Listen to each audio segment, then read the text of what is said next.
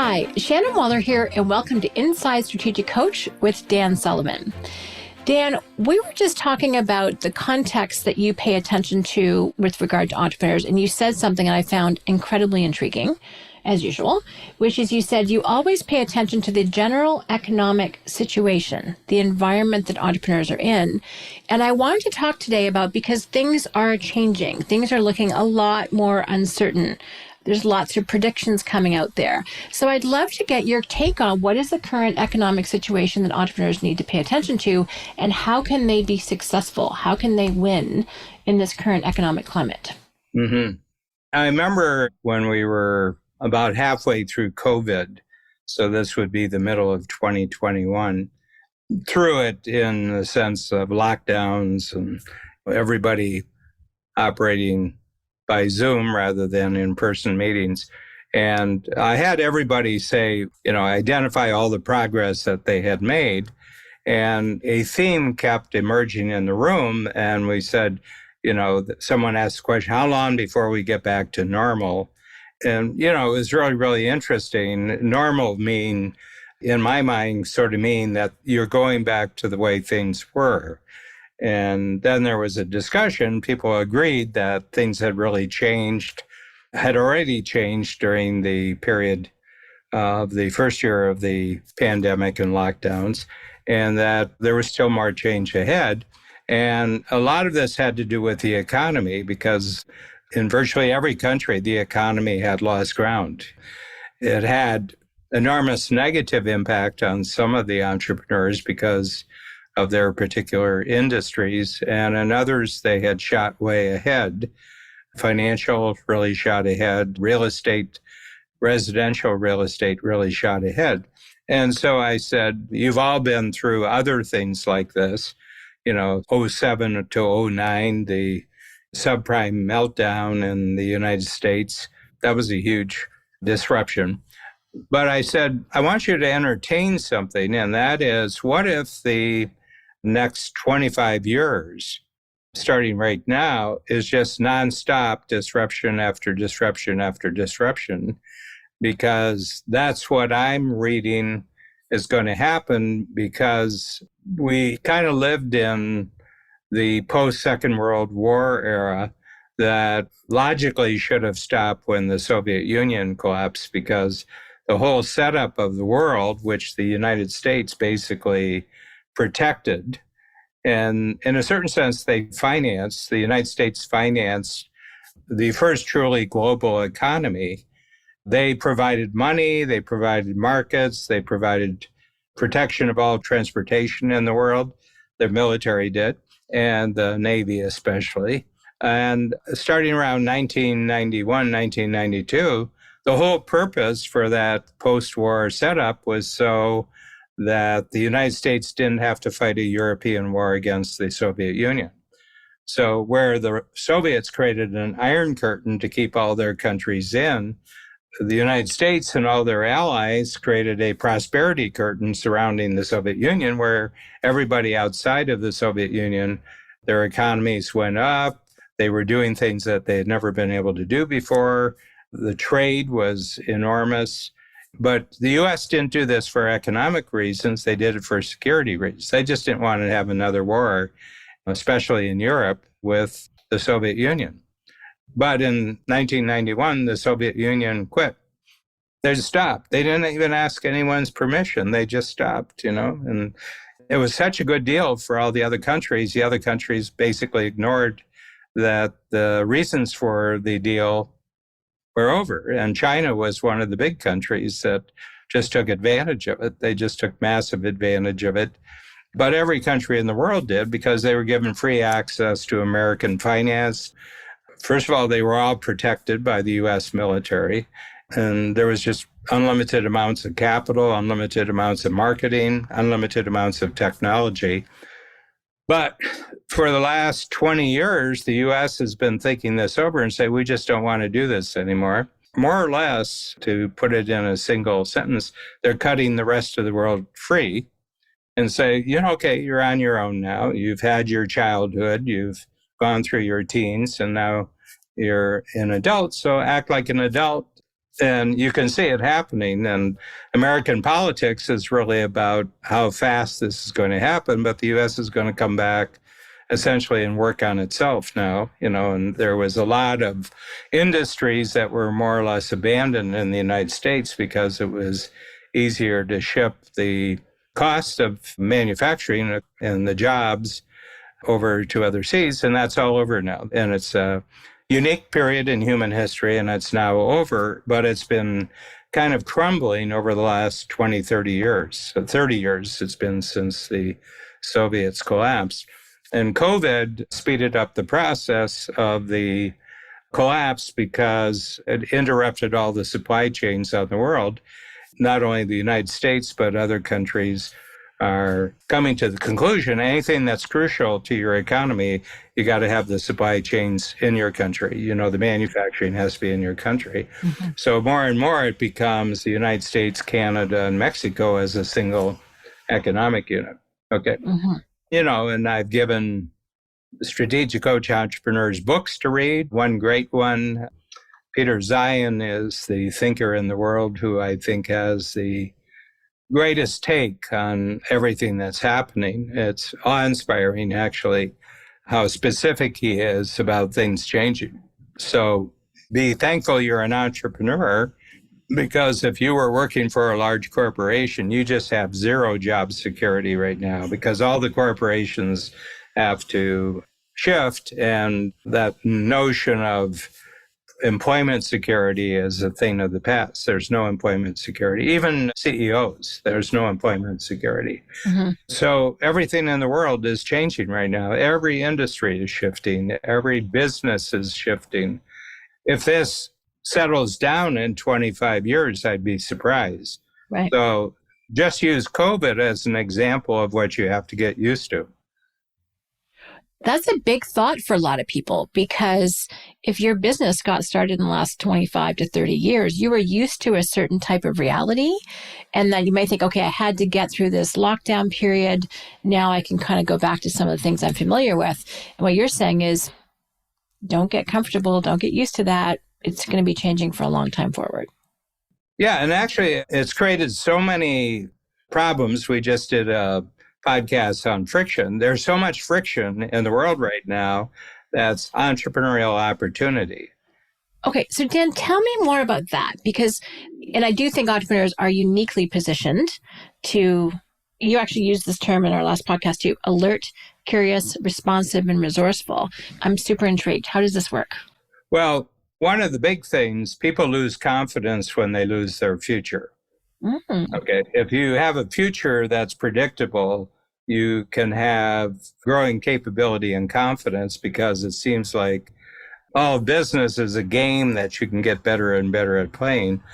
But if they're changing the rules of the game all the time, you don't have that same capability and confidence. Mm-hmm. So if you're an entrepreneur, you have to realize that everybody who is not another entrepreneur, and some of them that are, but everybody who's not an entrepreneur out in the world is going to be going through a high level of anxiety and worry, and they don't have their own thinking ability to actually create a new future for themselves. Mm. So I would say is that the main business for entrepreneurs over the next 25 years is to continually help other people create a new future for their particular specialty, for their particular business, mm-hmm. and constantly reinforce them.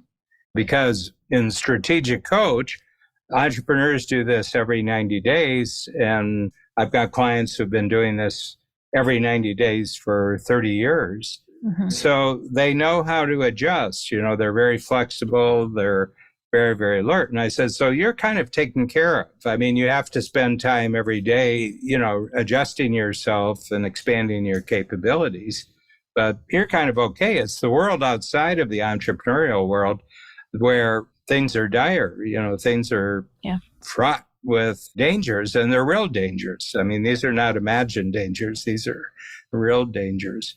That's why the politics is so hectic right now, because politics is actually downstream from economics. Mm. I like that. Politics is downstream from economics. Yeah, yeah. I mean, how money is made determines what kind of politics you can have and who gets the money, you know. Politicians act as though they're in control, but they aren't. They're totally at the mercy of changes in economics, and they don't have any control over the factors.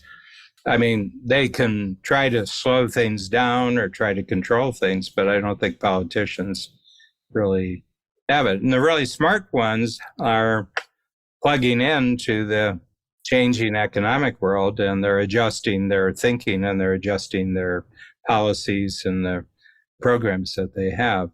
But my feeling is entrepreneurs are free agents, you know, so you can zero in on just a particular area out in the marketplace that's going through constant disruption.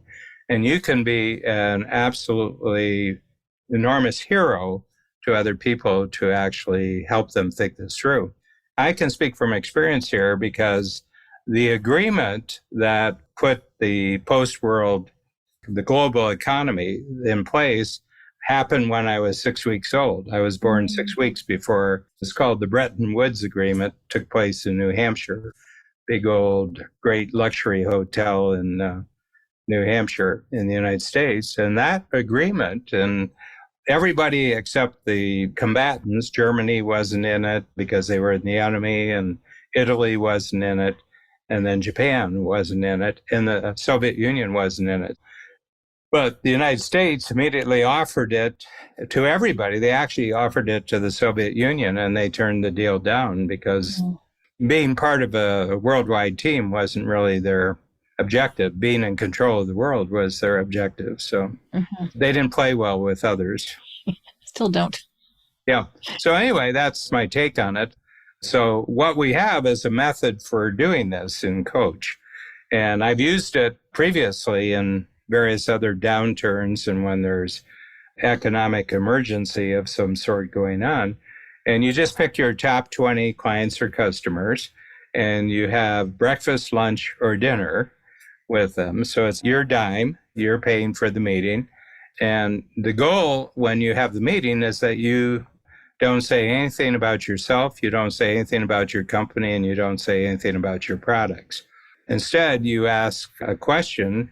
If we were having this conversation a year from now, because, you know, yours are really important right now, you know, so I say, if we were having this conversation and it was a year from now and we're having the conversation and you're looking back over the 12 months back to today, what has to happen in your business and personally for you to feel happy with your progress over the next 12 months?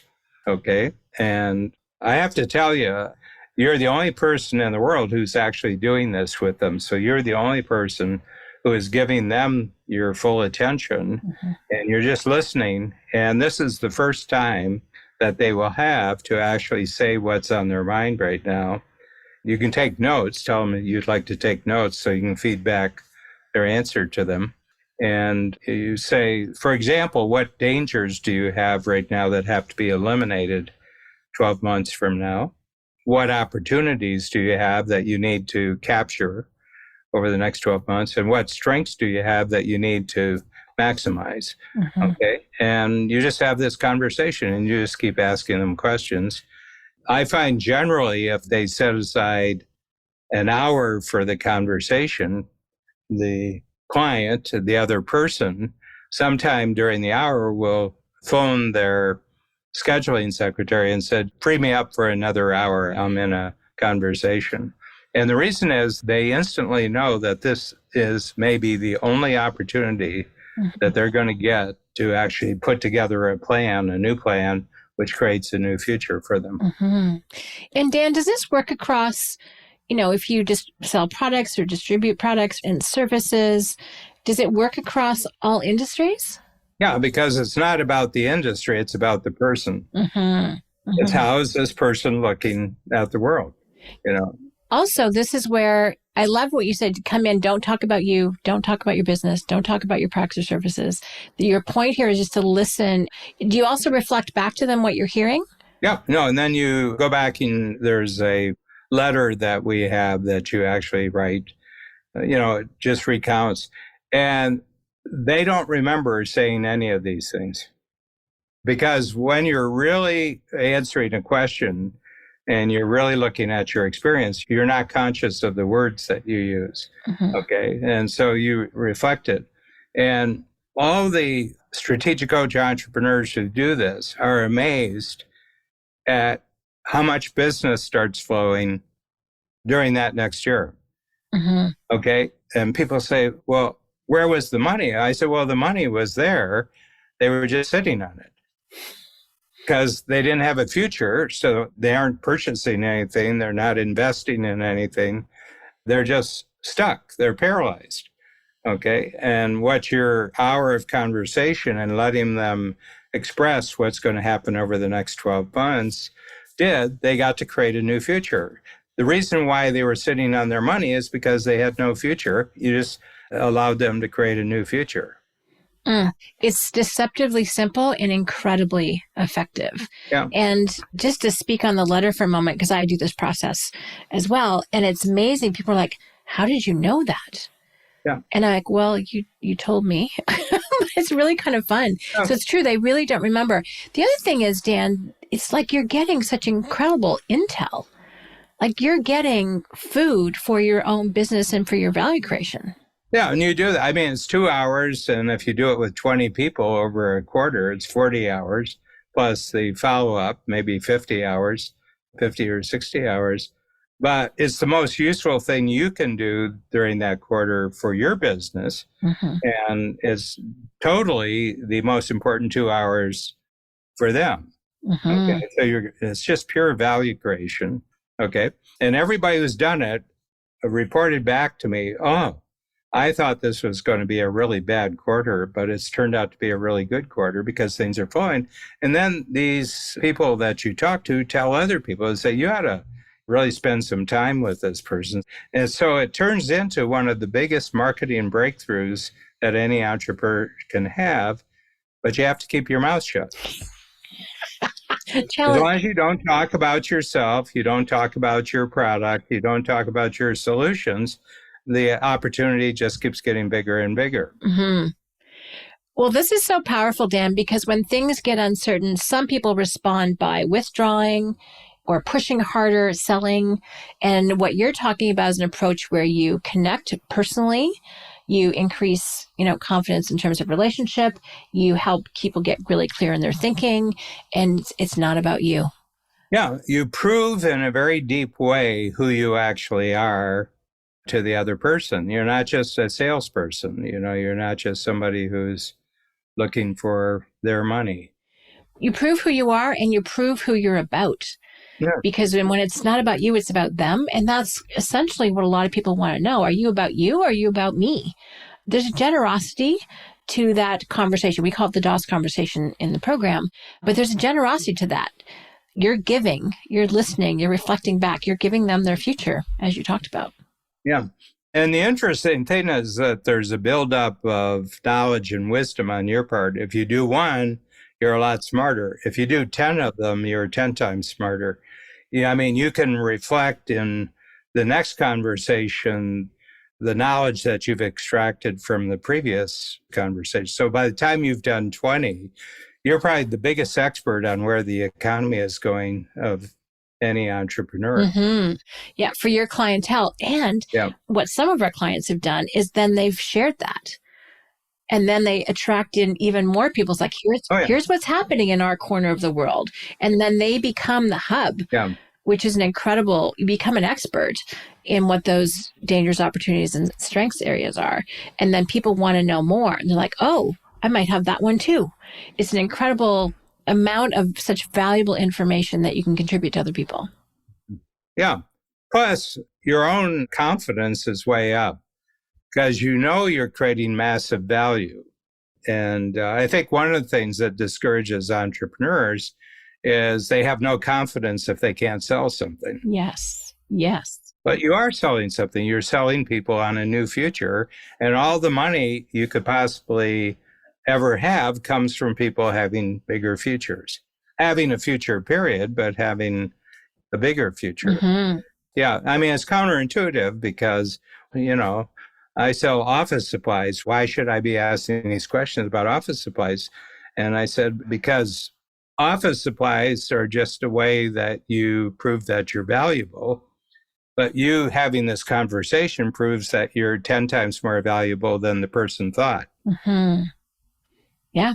You become a person, not just a professional. You become a real person. Mm-hmm.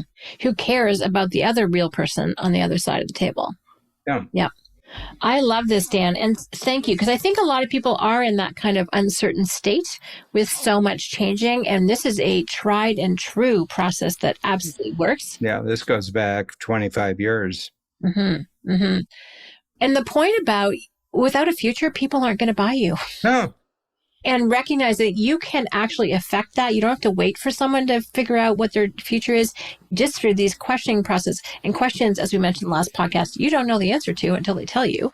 But then they know and you know, and then you can help them, enable them to accomplish that future, and all sorts of new possibilities and freedoms open up that weren't there before. Mm-hmm. So thank you. This is a fabulous context and a great strategy for economic stability in your world when the greater world is a little bit more tumultuous. Well, and my last point I'd like is that entrepreneurs should master this skill right now, because my sense of the world is going to be 25 years of unpredictable disruptions.